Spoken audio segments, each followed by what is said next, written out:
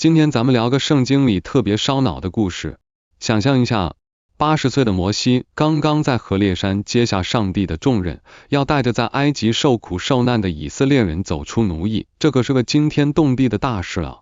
可万万没想到，就在他赶路的途中，一个巨大的危机突然降临，那个刚刚派他去的上帝竟然反过来要他的命。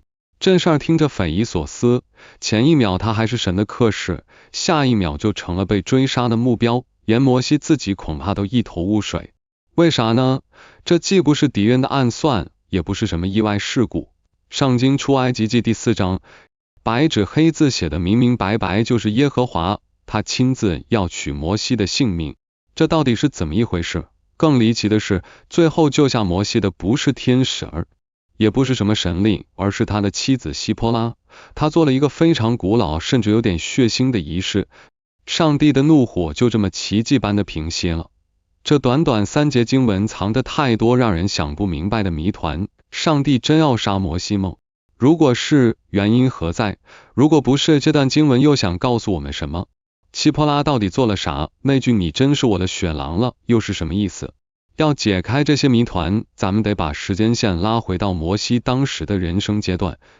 那时候的摩西可不是我们想象中那种意气风发、胸有成竹的民族英雄，他已经80岁了，在米甸的旷野里整整当了40年牧羊人。想当年他可是埃及的王子，血气方刚，因为一时冲动打死了欺负以色列人的埃及人，才不得不逃亡到这里。他在米甸娶妻生子，本来以为这辈子就会这么平平淡淡的过去了，再也和拯救族人这样的大事扯不上关系。但不久前，他的人生来了个180度大转弯。他在何烈山，也就是上帝显现的圣山，看到了一个奇景，一层荆棘被火烧着，却怎么也烧不毁。他好奇地走上前，就在这时，上帝在火焰中向他说话了。这是圣经里一段非常经典的神圣呼召场景。上帝说，听到我的子民以色列人在埃及的哀嚎了，我决定拯救他们，而你摩西就是我选定的人，你要去见法老，把他们带出来。咱们得好好琢磨一下摩西当时的心情，他绝对不是太好了，我终于能当英雄了的兴奋，反而充满了惶恐和怀疑，一个劲儿的推辞。他找了各种理由，我是谁啊？我凭什么能去见法老，完成这么大的事？上帝说，我会与你同在。摩西又问，如果他们问我派你来的上帝叫什么名字，我该怎么回答？上帝就把那个神圣的名字告诉了他，我是自有拥有的。可摩西还是不肯答应，他说他们不会相信我的，没人会听我的话。于是上帝点了他3个神迹，把手中的杖丢在地上，杖会变成蛇，把手放进怀里，再抽出来就长了大麻风，再放进去又能痊愈。如果他们还是不信，就取尼罗河的水倒在地上，水会变成血。按说有了这些神迹，摩西该没话说了，但他还有最后一个也是最真实的理由，主啊，我本来就不是能言善辩的人，我嘴笨，说话都不利索，怎么能跟法老那样的大人物周旋呢？上帝甚至都有点被他磨得不耐烦了，说谁造了人的口，我会与你同在，教你该说什么话。可摩西还是在推脱，他说，主啊，你愿意派谁就派谁，别找我。最后上帝只好妥协了，说，好吧，让你哥哥亚伦帮你，他能言善辩，让他做你的发言人。这就是整个事件的前情提要。摩西是在极其勉强、万事疑虑，甚至有点半推半就的状态下接下了这个烫手山芋。上帝为了收服他，几乎是想尽了办法，给了他所有的保证和工具。所以当摩西终于认命，带着上帝的权杖告别了岳父叶特罗，带着妻子希波拉和2个儿子，骑着驴踏上返回埃及的征途时，他的心情肯定无比复杂。他要面对的是未知且极度危险的未来，要对抗的是当时世界上最强大的埃及帝国，而上帝他刚刚费了9牛2虎之力才把这个代言人推上路。按理说这个时候应该是摩西最坚实的后盾，最可靠的保护神。可谁能想到，就在返回埃及的路上，他的老板竟然变成了要置他于死地的杀手。这就是为什么出埃及记第4章24节会如此震撼人心。摩西在路上住宿的地方，耶和华遇见他，想要杀他。这句话太突兀了，没有任何预警，上一秒摩西还是上帝的特使，下一秒就成了上帝的目标。咱们仔细分析一下这个场景，在路上住宿的地方很可能是沙漠中的一家客店，或者就是临时搭建的露营地。夜幕降临，一家人刚安顿下来，可能正准备休息，然后耶和华遇见他。这里的遇见在原文里可不是中性词，常常带着遭遇甚至敌意的意味。紧接着就是想要杀他，原文用的词是寻求或企图杀他，这说明上帝不是在开玩笑，这是真实的致命威胁。那么这个他指的是谁？是摩西本人还是他的儿子？经文这里写的有点模糊，大多数学者认为这个威胁是针对摩西的，因为他是一家之主，是与上帝立约的负责人。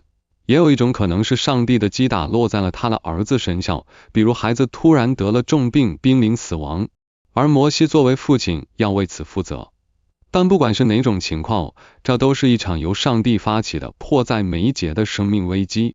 摩西这个刚刚被赋予神圣使命的人，现在自己却面临着死亡。为什么？经文没有一个字直接解释原因，没有说摩西犯了什么罪，就这么赤裸裸的把这个恐怖的场景丢给了读者。就在这千钧一发、生死攸关的时刻，之前在故事里几乎没什么存在感的摩西的妻子希波拉突然站了出来，成了全场的焦点，也是唯一的行动者。出埃及记第4章25节记载，希波拉就拿一块火石割下他儿子的，丢在摩西脚前。咱能按慢动作分解一下他的行动。首先，他拿了一块火石，火石是非常坚硬锋利的石头，在青铜器和铁器时代之前，人们常用它来制作刀具和箭头。希波拉用火石而不是金属刀，这暗示了这个行为的古老性和仪式性，他不是在做什么外科手术，而是在执行一个古老的宗教仪式。他做了什么？割下儿子的，很明显他是在为儿子行割礼，这个行动就是解开整个谜团的钥匙。既然行割礼能解决问题，那没行割礼就一定是导致这场危机的原因。显然，摩西的儿子可能是革顺，也可能是刚出生的以利以谢，当时还没有受割礼。然后希波拉做了第二个动作，把割下来的丢在摩西脚前。这里的脚在希伯来原文中有时可以指代身体的私密部位，但也可能就是字面意义上的脚。这个动作充满了戏剧张力，他把那块血淋淋的割礼物丢向摩西，或许是丢向了那个带来死亡威胁的耶和华的使者，又或者是触碰了儿子的脚。这更像是一种献祭，一种遮盖，也是一种宣告。接着希波拉说了那句千古难解的话，你真是我的血狼了。出埃及记第4章26节补充道，这样耶和华才放了他。希波拉又说，你因割礼就是血狼了。这两句话成了解经史上最大的难题之一，血狼到底是什么意思？学者们争论了几千年，咱们来看看几种主流的解释。第一种解释，这是希波拉愤怒和厌恶的爆发。希波拉是米甸人，属于外邦人，在他看来，割礼可能是一种野蛮原始延续，让他无比恶心的习俗。他可能一直反对给儿子行割礼，但现在为了救丈夫或儿子的命，他被迫亲自动手做了这件最不想做的事，所以他把割礼物丢过去，带着怨恨和鄙视说，看吧，为了你和你那个上帝，我让儿子流了血，你真是个让我手上沾血的丈夫。这种解释特别有人情味，他不是什么一味顺服的圣徒，而是一个被逼到极限满是情绪的普通女人。第二种解释，这是一个古老的具有保护意义的仪式术语。在某些闪族文化中，新郎这个词和血狼有关联，比如阿拉伯语里就有类似的表达。希波拉可能是在执行一个从米甸文化中学来的古老血液保护仪式，他通过这个流血的仪式宣告摩西或儿子已经被赎买了，死亡不能再触碰他们。他等于在对那个死亡威胁说，他已经被血遮盖了，你不能带走他。这种解释把血狼看作是一个神圣的、具有驱邪或赎罪功能的称号。关于血狼的意思，除了前面说了愤怒、控诉和神圣称号，还有第三种更有意思的解释，他把前两种合在了一起。希波拉可能是在说，借着这流血的割礼仪式，把你摩西从死神手里抢回来了，你现在是我用血换回来的丈夫，是我的血狼。不管这3种解释里每一种更贴近真相，有一个核心永远绕不开，是割礼的血平息了上帝的怒火。现在我们终于能回答那个最核心的问题了，为啥？就因为没给孩子行割礼，上帝就要对自己刚选定的领袖动杀心。要搞懂这个，我们得把时间线再往前推几百年，回到以色列人的老祖宗亚伯拉罕的时代。在创世纪17章里，上帝和亚伯拉罕立了个极其郑重的约，就是我们常说的亚伯拉罕之约。上帝向亚伯拉罕应许，我要让你成为多国的父，你的后裔会像天上的星星、海边的沙子一样多，我要做你们永远的神。这可是天大的应许，但上帝加了一个必须遵守的条件，一个立约的记号。上帝明确说，你们所有的男子都要受割礼，这就是我与你们立约的证据。这个命令有多严肃？上帝紧接着就说了句分量极重的话，但不受割礼的男子必从民中剪除，因他背了我的约。这句话出自创世纪17章14节，大家一定要记住。剪除这2个字在希伯来文里可不是小惩罚，它的意思是被彻底切断联系，要么是被整个族群驱逐出去，再也不算上帝的子民。我们得搞明白，在古以色列人眼里，割礼不是做了更健康的可选习俗，它是身份的身份证，是和上帝立约的契约章，是我是上帝选民的物理标记。一个以色列男人要是没受割礼，在上帝看来他就是主动放弃了立约的资格，成了外人，按照约定就该被剪除。现在我们把镜头拉回摩西身上，当时的摩西正要去干一件惊天动地的大事，带着整个和上帝立约的以色列民族从埃及手里逃出来。他是上帝的代表，要去跟法老当面说，耶和华就是以色列的神，吩咐你容我的百姓去。可讽刺的是，他自己家里就出了问题，他的儿子竟然没受割礼，成了被约者。我们站在上帝的角度想想，按立约的逻辑来看，这简直是天大的虚伪和失职啊！这就好比一个被任命去执行宪法的最高法院大法官回到家自己先把宪法撕了，上帝怎么可能容忍这种事？在摩西有资格去跟法老对峙，去解放整个以色列民族之前，上帝必须先审判摩西的家，先把这个最根本的漏洞补上。要是摩西连自己的家人都管不好，连上帝最基本的立约记号都敢怠慢，他凭什么带领整个民族遵守和上帝的约定？所以上帝在半路上要杀摩西，根本不是一时兴起的愤怒，而是对摩西严重失职的严厉管教。上帝其实是在跟摩西说，你要代表我做事，首先得从里到外都属于我，你家里这个违背约定的漏洞必须马上补上，不然按照我们的盟约，你就该被剪除，根本没资格当我的使者。说到这儿，新的问题又冒出来了，摩西可是在何烈山跟上帝面对面说话的人，他怎么会犯这么低级又致命的错误？经文里没明说，但我们可以根据上下文合理推测，最大的可能就出在他妻子希波拉身上。摩西在米甸整整寄居了40年，这40年里，他的生活习惯、家庭文化早就染上了米甸的色彩。希波拉是米甸祭司叶特罗的女儿，她有自己的文化和宗教观念，在他看来，割礼可能就是一种野蛮血腥的习俗，肯定打心底里反对。那摩西呢？我觉得他大概率是为了家庭和睦，不想跟妻子闹僵就妥协了。他可能会想，反正现在待在米甸又不在以色列人堆里，这事儿晚点办也没事，先缓缓吧。就这么一拖再拖，说不定到最后都快忘了这回事了。可摩西忘了一个关键，他现在已经不是米甸的牧羊人了，他是上帝亲自选定的以色列拯救者，他马上要重返圣约的轨道，上帝绝对不允许他带着这种对约定的妥协上路。这案情节其实也暴露了摩西性格里的一个特点，他有时候真的挺软弱，尤其是在家人面前，很容易为了和气而让步。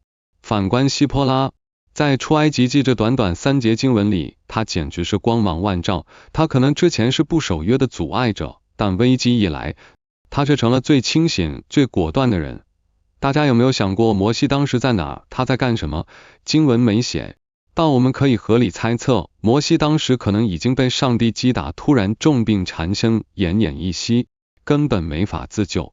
就在这个时候，希波拉这个外邦女人竟然一下就看透了这场灾难的根源，不是普通的疾病，是因为没守立约的记号，他可能还是不喜欢割礼，心里肯定又气又急，但他清楚的知道，只有行割礼才能救命。他没有半分犹豫，立刻拿起火石，亲手给儿子行了那个在他看来可能很恐怖的血腥仪式。可以说他用儿子的血赎回了丈夫的命。从这个角度看，希波拉才是摩西的第一个拯救者。在摩西去拯救整个以色列民族之前，他先被自己的外邦妻子救了一命。这个设定真的太有戏剧性了，也藏着很深的道理。上帝的拯救计划从来都不局限于自己人，有时候恰恰会通过那些最让人意想不到的人来成就，哪怕是外邦人，哪怕是之前反对过上帝约定的人。更有意思的是，希波拉的这个举动其实是后来逾越节的一个小小预演。我们都知道，逾越节的时候，以色列人是把羔羊的血涂在门框上，灭命的天使看到血就会逾越过去，保住家里长子的性命。而在这里，希波拉是用割礼的血让上帝的击杀停了下来，这两处的血都是救赎的象征，是不是特别妙？现在我们把整个事件的脉络理清楚，就一目了然了。摩西作为上帝的使者，自己家里却违背了上帝最核心的立约要求，他没有为儿子行割礼。当他踏上侍奉上帝的路时，这个罪就成了致命的破绽。上帝在半路上拦住他，要执行被约者必被剪除的约定，这既是惩罚，更是在摩西出发前给他上了最严厉的一课。摩西在危机里束手无策，而他的外邦妻子希波拉凭着他的果断和对危机根源的洞察，立刻行了割礼。割礼的血成了赎价，满足了上帝立约的要求。希波拉那一刻的心情肯定很复杂，有愤怒，有解脱，所以他才会说出你真是我的血郎了这句话，宣告是自己用血保住了丈夫的命。紧接着上帝的愤怒平息了，危机解除，摩西才能继续踏上前往埃及的路。这个故事虽然只有短短3节，却给整部出埃及记定下了一个严肃的基调。上帝是圣洁的，他的约定绝对不能违背。想要侍奉他的人，首先得在自己家里守住忠诚和圣洁。这一点照到今天也一样，不管我们想做多大的责任，都得先把自己的小家管好，先把最基本的原则守住，这才是根基。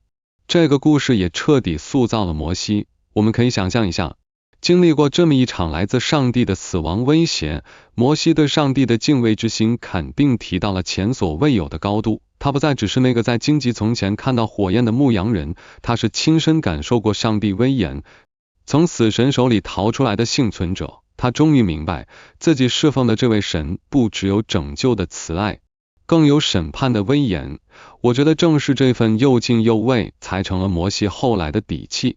他敢一次又一次跟法老叫板，敢带领以色列人闯过红海，不是因为他自己有多厉害，而是因为他清楚的知道这位神是信实的，只要自己完全顺服，就不用怕任何强敌。但同时这位神也是威严的，自己绝不敢有半寸违背。这份敬畏才是一个领袖最宝贵的品质啊！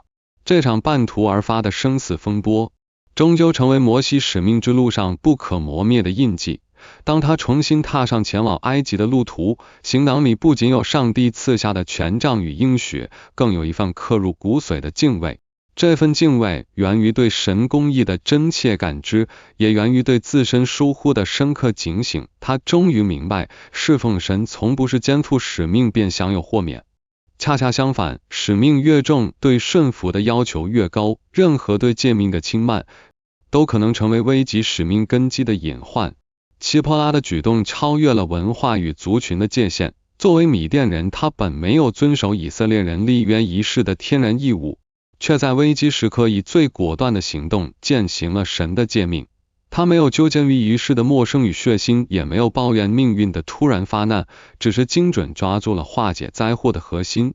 这份清醒与果决不仅救下了摩西的性命，更向后世印证神的旨意从不局限于特定人群，只要愿意顺服，任何人都能成为神计划中的关键一环。而他那句你真是我的血郎了，也不再是单纯的情绪宣泄，更成了对神与约关系的直白诠释。与神立约从来离不开对诫命的坚守，这份坚守往往需要付出代价，却能带来真正的保护。摩西的致命错误本质上是对立约优先性的认知偏差，他或是曾认为带领以色列人出埃及的大事可以暂时凌驾于家庭遵行割礼的小事之上，或许因长期寄居米甸，逐渐淡化了立约记号的重要性。但神的审判让他看清，没有小事的根基，大事便无从谈起。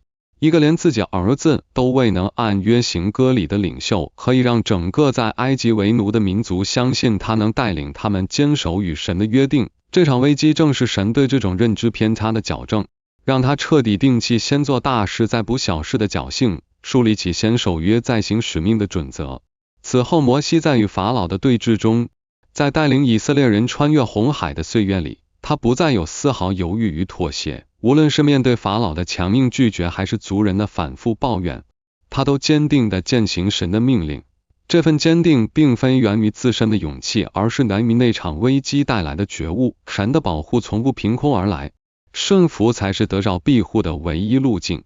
神的威严也从不与慈爱相悖，严厉的管教终究是为了让仆人能更稳妥地行在正道上。这场看似突兀的生死考验，也为以色列民族的信仰传统奠定了重要基调，从此被赋予了更沉重的意义。它不仅是身份的标志，更是顺服的见证。